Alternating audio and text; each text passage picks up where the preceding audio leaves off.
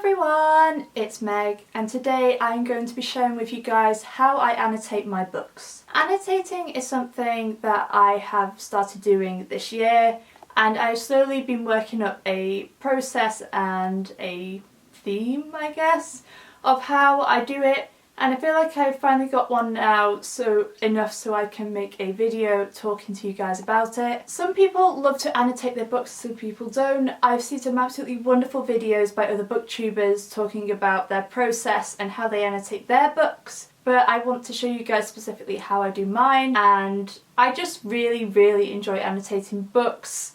I never thought I would really be into doing it properly, but I am, and I just really enjoy it. So I'm going to show you guys loads of different things, from kind of what I use to how I annotate and all that sort of thing. So without further ado, let's get into the video. So to start off with, I should show you guys kind of the tools or the equipment that I use to annotate my books. So for me, it's very simple, and the main thing that I use obviously is tabs. And I got these off Amazon, and they're not my favourite because half of them are like square ones and half of them are arrows. And I have tried to find other ones on Amazon, but they're either ridiculously expensive or they kind of stick the wrong way round if they're arrows, which is really annoying. But I use these for the moment, and I use all of them, all different colours, so that is fine. I don't mind using that. And it also has a ruler on that I use for underlining. And then the only other thing that I use is a pencil, and I don't use coloured pens or pen in general because I'm too scared to write in my book with a permanent marker.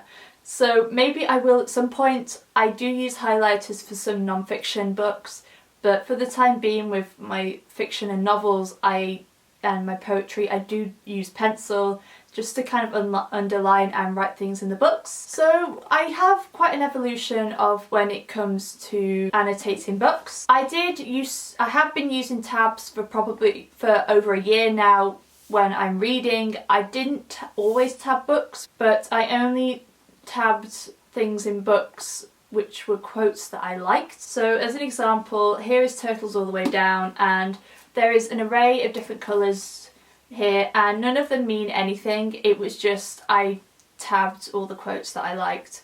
There is no order, there is no theme, there is no structure. It's just literally loads of different colour tabs all mixed up, which all highlight my favourite quotes from the book. And then compared to some of my other books, which are like these, I have colour coded them, and they all have different meanings and they highlight different things in the book. So obviously I have different meanings for all of these, and I have kept to that for the time being.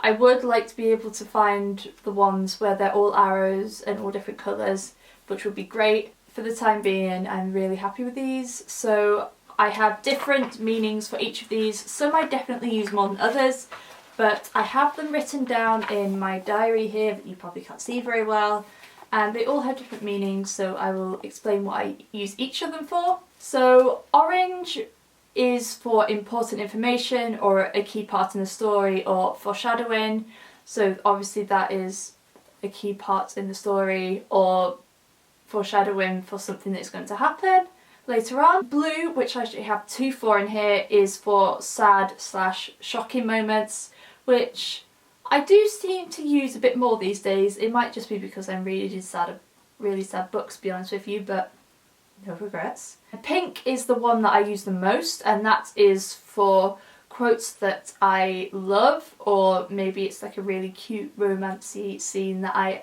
really like.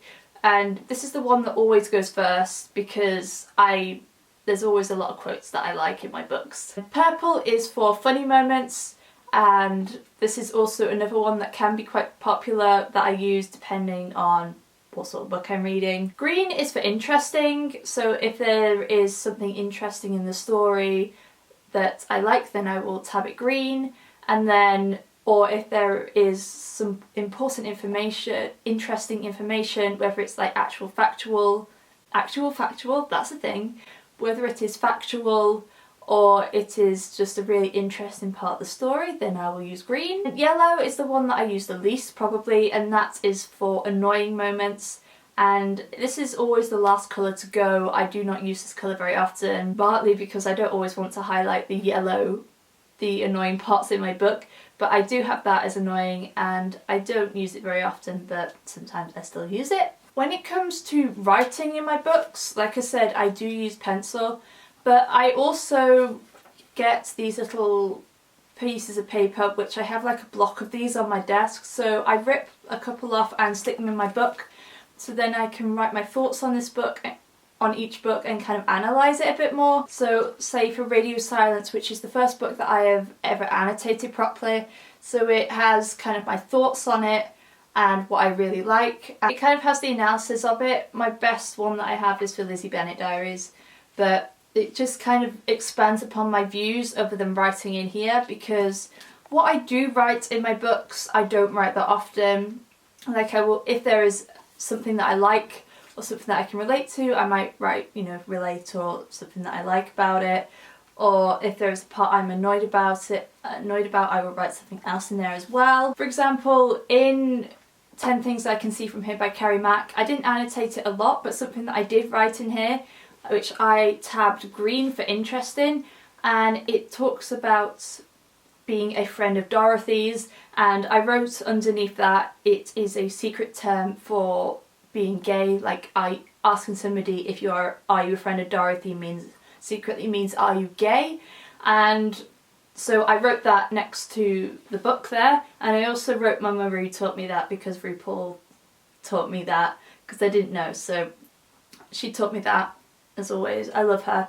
But that is kind of like, if I will write something factual in there, and then also there's something in here, like there's an annoying part in this book, and I just literally put I don't know what one of those things are, you know when you kind of group a paragraph together with like one of those lines like that? That's what I did, and it was a part that I found annoying, and I just wrote, what, seriously? Like, that is kind of what I did for that. So little things like that. I don't tend to do like a proper full-on analysis on the book. It also depends on the book, because I do not annotate every single book I read. It just kind of depends on my mood, if I can be bothered, and also if there is a lot that I can actually annotate. And sometimes in books, if there is a quote or a passage that I like but I don't feel like it is enough for me to tab it, then I will just like underline it or put a bubble around it or something like that, to show that it is something that I am interested in and that I do like it. I just don't want to tab it, because I feel like there are other parts of the books that I would prefer to tab instead. My most annotated book is probably the Lizzie Bennet Diaries, and as you can see there is quite an array of colours on here. I definitely used quite a lot of the tabs apart from the yellow, so there are obviously lots of different things. There is a lot of purple in here and a lot of pink and a lot of green as well, so there's a lot of things that I loved and found funny, because Lizzie is just absolutely hilarious. And I wrote a fair amount on here, and obviously there is a lot of pink in this book, and if I can find the bit that I'm looking for I will show you how much I love it, because it is freaking adorable. And there is a really cute part that I absolutely adore in this between Lizzie and Darcy. And sometimes I do doodle in my books as well, so you can't see here, but I have basically put hearts all the way down here, because the whole chapter, but especially this page, just was so adorable and I just love it. So especially if there's a part I loved, I do tend to kind of put hearts around it or something like that. But generally I don't write that much in them. I will sometimes, but not always. I feel like that is kind of the basics of how I annotate my books. It is something that I really enjoy doing, and especially somebody, when it comes to poetry at any rate, I love to pick apart a poem and discover its meaning and just get a whole different view on it, and I absolutely love that. So I've been really enjoying doing this with my books over the past 6 months, and I'm continuing to do it because I just love doing it so much. And I was thinking about doing a separate annotating video specifically for poetry and how I do that, so give this video a thumbs up if you would like me to do that. It wouldn't be for a while yet, because I don't really have a proper method for annotating my poetry books at the moment.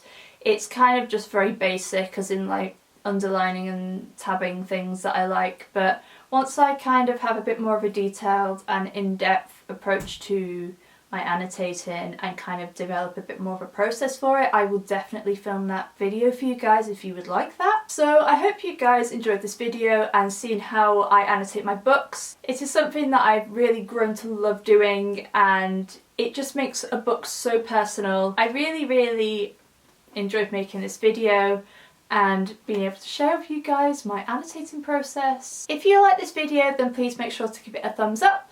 And if you would like to see more bookish videos from me, then make sure you hit the subscribe button and the little bell icon so you will be noted every time I post a new video. As always, I will leave the links to my social media along with the links to my Goodreads and my blog in the description down below for you guys. But thank you guys so much for watching, and I will see you again very soon. Bye!